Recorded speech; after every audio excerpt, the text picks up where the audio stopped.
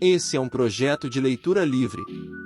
Fique à vontade para ouvir qualquer conto em nossa biblioteca e solicitar novos audiolivros.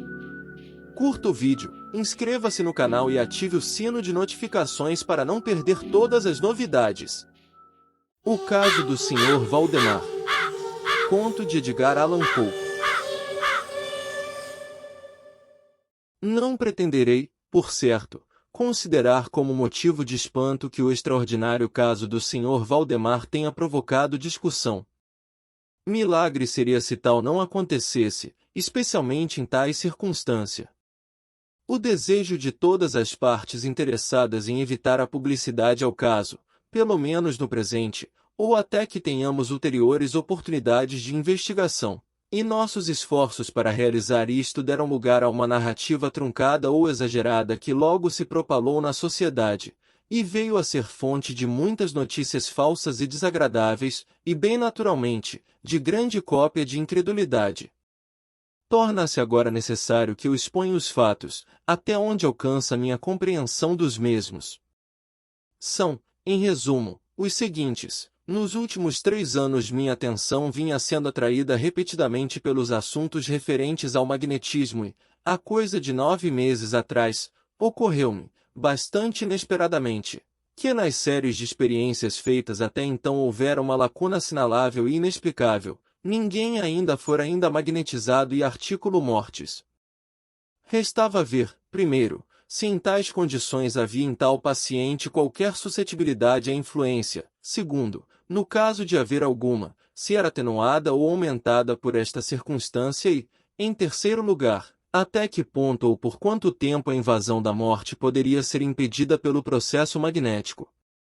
Haviam outros pontos a serem verificados, mas estes excitavam mais a minha curiosidade, o último de modo especial, pelo caráter imensamente importante de suas consequências. Procurando em torno de mim algum paciente por cujo intermédio pudesse eu certificar-me daquelas particularidades, vinha a pensar no meu amigo Sr. Ernesto Valdemar, o conhecido compilador da Biblioteca Forense e autor, sob o pseudônimo de Sachar Marques, das traduções polonesas de Wallenstein e Gargantua. O Sr. Valdemar, que residia geralmente em Harlem, Nova York, desde o ano de 1839, ou era, especialmente notável pela extrema magreza corporal, parecendo-se muito suas pernas com as de John Randolph, e também pela brancura de suas suíças, em violento contraste com o negro do cabelo, que, em consequência, era geralmente tomado como um chinó. Seu temperamento era assinaladamente nervoso e tornava-o um bom instrumento para experiências mesméricas. Em 2 ou 3 ocasiões, eu o fizera dormir com pouco esforço, mas ficará desapontado quanto aos outros resultados que sua particular constituição me levava a prever. Em período algum sua vontade ficava inteira ou positivamente submetida à minha influência e, no que toca à clarividência, nada eu podia realizar com ele que me servisse de base. Atribuí sempre meu insucesso, nesse ponto, ao seu precário estado de saúde. Certos meses antes de conhecê-lo, seus médicos o haviam declarado tísico sem qualquer dúvida. E, na verdade, tinha ele o hábito de falar sobre a aproximação de seu fim como de uma questão que não devia ser lastimada nem se podia evitar. Quando me ocorreram, pela primeira vez, as ideias a que aludi foi sem dúvida muito natural que eu pensasse no Sr. Valdemar. Eu conhecia muito bem sua sólida filosofia para temer qualquer escrúpulo de sua parte, e ele não tinha parentes na América que pudessem interferir, plausivelmente. Falei-lhe com franqueza sobre o assunto e, com surpresa minha, seu interesse pareceu vivamente excitado. Digo com surpresa, pois, embora ele sempre entregasse livremente sua pessoa para meus experimentos, nunca antes manifestara qualquer sinal de predileção pelo que eu fazia. Sua enfermidade era de um tal caráter que admitia exato cálculo da época em que seu desenvolvimento conduzia à morte.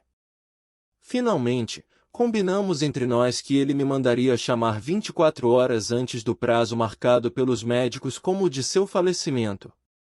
Faz agora mais ou menos 7 meses que recebi, do próprio Sr. Valdemar, o bilhete seguinte: Meu caro P., Você pode bem vir agora. D e F concordam em que não posso durar além da meia-noite de amanhã, e penso que eles acertaram no cálculo com grande aproximação. Valdemar. Recebi este bilhete meia hora depois que for escrito, e 15 minutos após estava eu no quarto do moribundo. Não o vi havia 10 dias e espantou-me a terrível alteração que lhe trouxera a tão breve intervalo. Sua face tinha uma coloração plúmbea, os olhos completamente sem brilho e sua magreza era tão extrema que os ossos da face quase rompiam a pele. Sua expectoração era excessiva, o pulso mal podia ser percebido. Não obstante, ele conservava, de modo bem digno de nota, toda a lucidez da mente e certo grau de força física. Falava distintamente, tomava sem auxílio alheio alguns remédios paliativos, e, quando entrei no quarto, ocupava-se em escrever notas num caderno de bolso.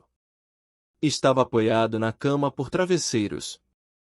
Cuidavam dele os doutores D e F. Depois de apertar a mão de Valdemar, chamei aqueles senhores de parte e obtive deles relato minucioso das condições do paciente. O pulmão esquerdo estivera, durante 18 meses, num estado semiósseo ou cartilaginoso e se tornará, sem dúvida, inteiramente inútil a qualquer função vital.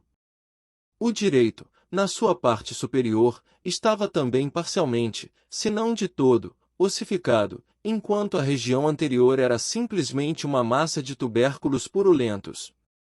Interpenetrando-se. Havia muitas cavernas extensas e, em um ponto, se operara uma adesão permanente às costelas. Esses aspectos do lobo direito eram de data relativamente recente. A ossificação prosseguira com uma rapidez bastante incomum, nenhum sinal dela fora descoberto um mês antes e a adesão apenas fora observada durante os 3 dias antecedentes. Independentemente da tísica, suspeitava-se que o paciente sofresse de aneurisma da aorta. Mas, neste ponto, os sintomas ósseos tornavam impossível um diagnóstico exato. Era opinião de ambos os médicos que o Sr. Valdemar morreria mais ou menos à meia-noite do dia seguinte, domingo. Estávamos, então, às 7 horas da noite do sábado.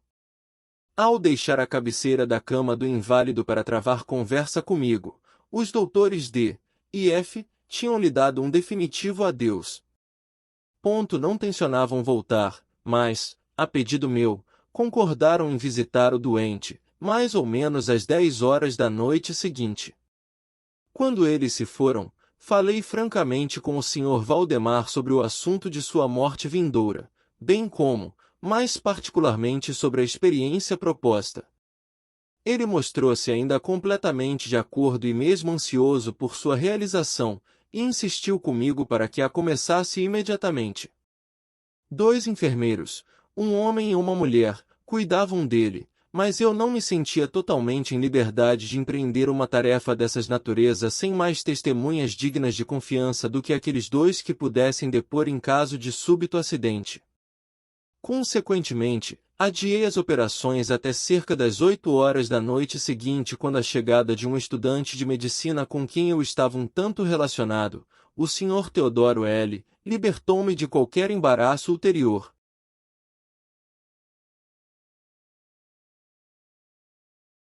Fora minha intenção, a princípio, esperar os médicos, mas fui levado a agir, primeiro, em virtude dos rogos prementes do Sr. Valdemar, em segundo lugar, pela convicção de que não tinha um momento a perder, diante da evidente aproximação rápida de seu fim.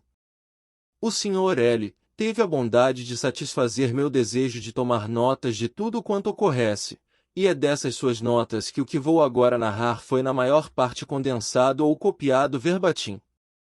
Faltavam cerca de 5 minutos para as 8, quando, tomando a mão do paciente, eu lhe pedi que afirmasse, o mais distintamente possível, ao Sr. L., se ele, o Sr. Valdemar, estava inteiramente de acordo em que eu fizesse a experiência de magnetizá-lo em seu estado presente. Ele respondeu, com fraca voz, porém completamente audível, sim, desejo ser magnetizado, acrescentando imediatamente depois, receio que você tenha demorado muito. Enquanto ele assim falava, comecei os passes que eu já descobrira terem mais efeito em dominá-lo. Ele ficou evidentemente influenciado com o primeiro toque lateral de minha mão na sua fronte. Mas, embora utilizasse eu todos os meus poderes, nenhum efeito ulterior perceptível se verificou até alguns minutos depois das 10 horas, quando os doutores D e F chegaram, de acordo com o combinado. Expliquei-lhes, em poucas palavras, o que pretendia, e como eles não opusessem objeção, dizendo que o paciente já estava em agonia mortal, continuei, sem hesitação, mudando porém os passes laterais por outros descendentes e dirigindo meu olhar inteiramente sobre o olho direito do moribundo. A este tempo já seu pulso era imperceptível e sua respiração estertorosa, a intervalos de meio minuto.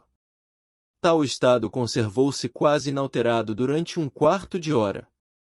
No expirar esse período, porém, um suspiro natural, muito profundo, escapou do peito do homem moribundo e cessou a respiração estertorosa, isto é, seus estertores não mais apareciam, os intervalos não diminuíram. As extremidades do paciente tinham uma frialdade de gelo. Aos 5 minutos antes das 11, percebi sinais inequívocos da influência magnética. O movimento vítreo do olho mudará-se naquela expressão de inquietante exame interior que só se vê em casos de sonambulismo e diante da qual é completamente impossível haver engano. Com alguns rápidos passes laterais fiz as pálpebras estremecerem, como em sono incipiente, e com alguns mais consegui fechá-las de todo. Não estava, porém, satisfeito com isso e continuei vigorosamente com as manipulações, com o mais completo esforço de vontade, até paralisar, por completo, os membros do dormente, depois de colocá-los em posição aparentemente cômoda. As pernas estavam inteiramente espichadas, os braços, quase a mesma coisa, e repousavam sobre o leito, a uma distância moderada das nádegas. A cabeça achava-se levemente elevada. Quando terminei isso era já meia-noite em ponto e pedi aos cavalheiros presentes que examinassem o estado do Sr. Valdemar. Depois de alguns exames, admitiram eles que se achava num estado perfeitamente extraordinário de sono mesmérico. A curiosidade dos médicos achava-se altamente excitada. O doutor D. resolveu logo ficar ao lado do paciente a noite inteira. Enquanto o doutor F. partia, com promessa de voltar ao amanhecer. O Sr. L. e os enfermeiros ficaram. Deixamos o Sr. Valdemar inteiramente tranquilo até às 3 horas da madrugada, quando me aproximei dele e vi que se encontrava, precisamente, no mesmo estado em que o deixará o Dr. F. ao retirar-se, isto é, jazia na mesma posição e o pulso era imperceptível. A respiração, ligeira, mal distinguível, a não ser por meio da aplicação de um espelho aos lábios, os olhos fechavam-se naturalmente e os membros estavam tão rígidos e frios como o mármore. Contudo, a aparência geral não era certamente a da morte. Quando me aproximei do Sr. Valdemar fiz uma espécie de leve esforço para influenciar seu braço direito a acompanhar o meu, que passava levemente, para lá e para cá, por cima de sua pessoa. Em tais experiências com esse paciente, nunca eu conseguirá antes êxito completo e de certo tinha pouca esperança de ser bem-sucedido agora, mas, para espanto meu, seu braço bem pronta. Embora, fracamente, acompanhou todos os movimentos que o meu fazia. Decidi arriscar algumas palavras de conversa. Sr. Valdemar, disse eu, está adormecido? Ele não deu resposta, mas percebi um tremor em torno dos lábios, e por isso fui levado a repetir a pergunta várias vezes. À terceira repetição todo o seu corpo se agitou em um leve calafrio, as pestanas abriram-se, permitindo que se visse a faixa branca do olho, os lábios moveram-se lentamente dentre eles, num sussurro mal audível, brotaram as palavras, sim, estou adormecido agora. Não me desperte. Deixe-me morrer assim. Apalpei então os membros e achei-os tão rígidos como dantes, o braço direito obedecia ainda à direção de minha mão. Interroguei de novo o magnetizado, Sente ainda dor no peito, Sr. Valdemar? A resposta agora foi imediata, mas ainda menos audível do que antes. Dor nenhuma. Estou morrendo. Não achei prudente perturbá-lo mais então e nada mais foi dito ou feito até a chegada do Dr. F., que veio um pouco antes do amanhecer e demonstrou seu ilimitado espanto ao encontrar o paciente ainda vivo. Depois de tomar-lhe o pulso e aplicar-lhe um espelho aos lábios, pediu-me que me dirigisse de novo ao magnetizado. Acedi, perguntando: Sr. Valdemar, ainda está dormindo? Como anteriormente, alguns minutos decorreram até que fosse dada uma resposta e, durante o intervalo, parecia que o moribundo reunia suas energias para falar. A minha quarta repetição da pergunta, disse ele, com voz muito fraca, quase imperceptível. Sim. Durmo ainda, estou morrendo. Era agora opinião, ou antes, desejo dos médicos que o Sr. Valdemar deveria ser deixado tranquilo, na sua presente situação de aparente repouso, até sobrevir à morte. E isto, todos concordavam, deveria realizar-se, dentro de poucos minutos. Resolvi, porém, falar-lhe uma vez mais e repeti simplesmente minha pergunta anterior. Enquanto eu falava, ocorreu sensível mudança na fisionomia do magnetizado. Os olhos se abriram devagar, desaparecendo as pupilas para cima, toda a pele tomou uma cor cadavérica, assemelhando-se mais ao papel branco que ao pergaminho, e as manchas circulares éticas, que até então se assinalavam fortemente no centro de cada feice, apagaram-se imediatamente. Uso esta expressão porque a subitaneidade de sua desaparição trouxe-me à mente nada menos do que a ideia do apagar de uma vela com um sopro. Ao mesmo tempo o lábio superior retraiu-se, acima dos dentes que até então cobria por completo, enquanto o maxilar inferior caia com movimento audível, deixando a boca escancarada e mostrando a língua inchada e enegrecida. Suponho que ninguém do grupo ali presente estava desacostumado aos horrores dos leitos mortuários, mas tão inconcebivelmente horrenda era a aparência do Sr. Valdemar naquele instante que houve um geral recuo de todos das proximidades da cama. Sinto agora ter chegado a um ponto desta narrativa diante do qual todo leitor passará a não dar crédito algum. É, contudo, minha obrigação simplesmente continuar. Já não havia mais o menor sinal de vida no Sr. Valdemar, e comprovando sua morte, íamos entregá-lo aos cuidados dos enfermeiros, quando um forte movimento vibratório observou-se na língua, o qual continuou durante 1 minuto talvez. Terminando este, irrompeu dos queixos distendidos e imóveis uma voz tal que seria loucura minha tentar descrever. Ah, é certo, 2 ou 3 epítetos que poderiam ser considerados aplicáveis a ela em parte. Podia dizer, por exemplo, que o som era áspero, entrecortado, cavernoso, mas o horrendo conjunto é indescritível, pela simples razão de que nenhum som igual jamais vibrou em ouvidos humanos. Havia 2 particularidades, não obstante, que, pensei e ainda penso, podiam francamente ser comprovadas como características da entonação, bem como adequadas a dar alguma ideia da sua peculiaridade sobrenatural. Em primeiro lugar, a voz parecia alcançar nossos ouvidos, pelo menos os meus, de uma vasta distância ou de alguma profunda caverna dentro da terra. Em segundo lugar, dava-me a impressão, receio na verdade ser impossível fazer-me compreender, que as coisas gelatinosas e pegajosas dão no sentido do tato. Falei ao mesmo tempo, em som e voz. Quero dizer que o som era de uma dicção distinta, maravilhosamente distinta, mesmo e arrepiante. O Sr. Valdemar falava, evidentemente, respondendo à pergunta que eu lhe havia feito poucos minutos antes. Perguntara-lhe, como se lembram, se ele estava adormecido. Ele agora respondia, sim, não, estava adormecido, e agora, estou morto. Nenhuma das pessoas presentes nem mesmo afetou negar ou tentou reprimir o indizível e calafriante horror que essas poucas palavras assim pronunciadas, bem naturalmente provocavam.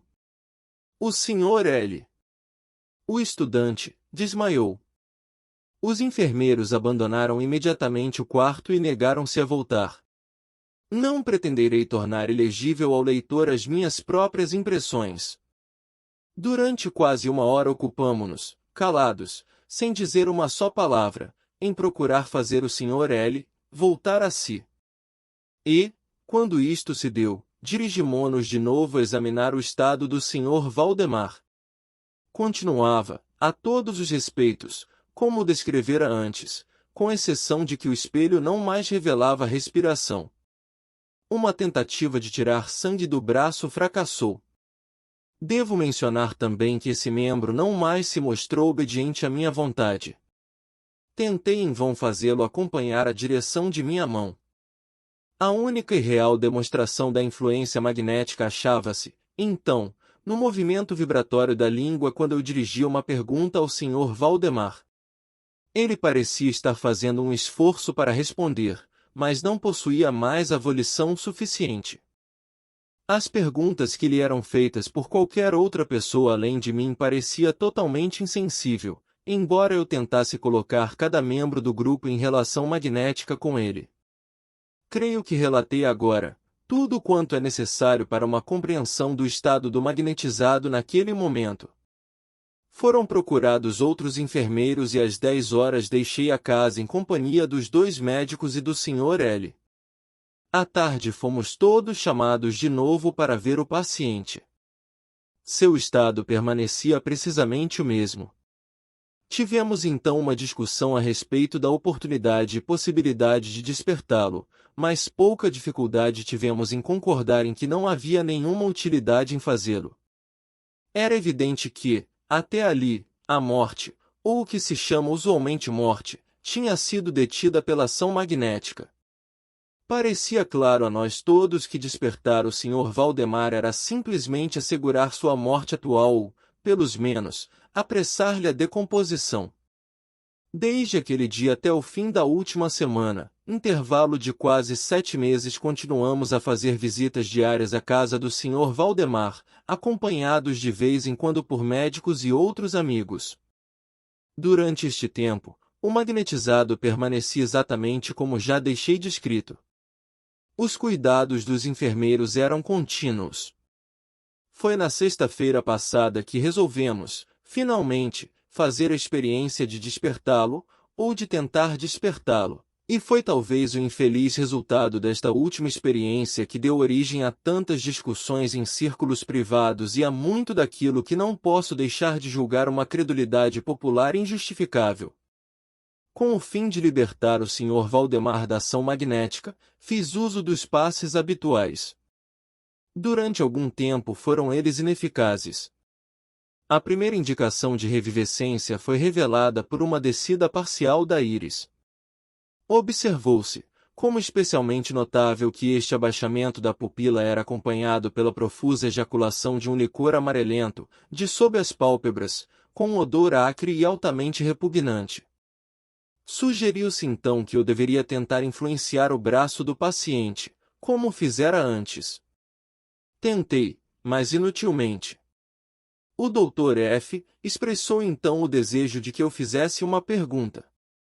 Assim fiz. Como segue? Sr. Valdemar, pode explicar-me quais são seus sentimentos ou desejos agora? Houve imediata volta dos círculos éticos sobre as faces, a língua vibrou, ou antes, rolou violentamente na boca, embora os maxilares e os lábios permanecessem rijos como antes. E por fim a mesma voz horrenda que eu já descrevi ejaculou: pelo amor de Deus! Depressa! Depressa! Faça-me dormir ou então, depressa! Acorde-me, depressa!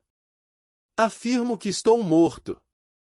Eu estava completamente enervado e por um instante fiquei indeciso sobre o que fazer. A princípio fiz uma tentativa de acalmar o paciente, mas fracassando, pela total suspensão da vontade, fiz o contrário e lutei energicamente para despertá-lo. Nessa tentativa vi logo que teria êxito, ou, pelo menos, logo imaginei que meu êxito seria completo. E estou certo de que todos no quarto se achavam preparados para ver o paciente despertar. Para o que realmente ocorreu, porém, É completamente impossível que qualquer ser humano pudesse estar preparado.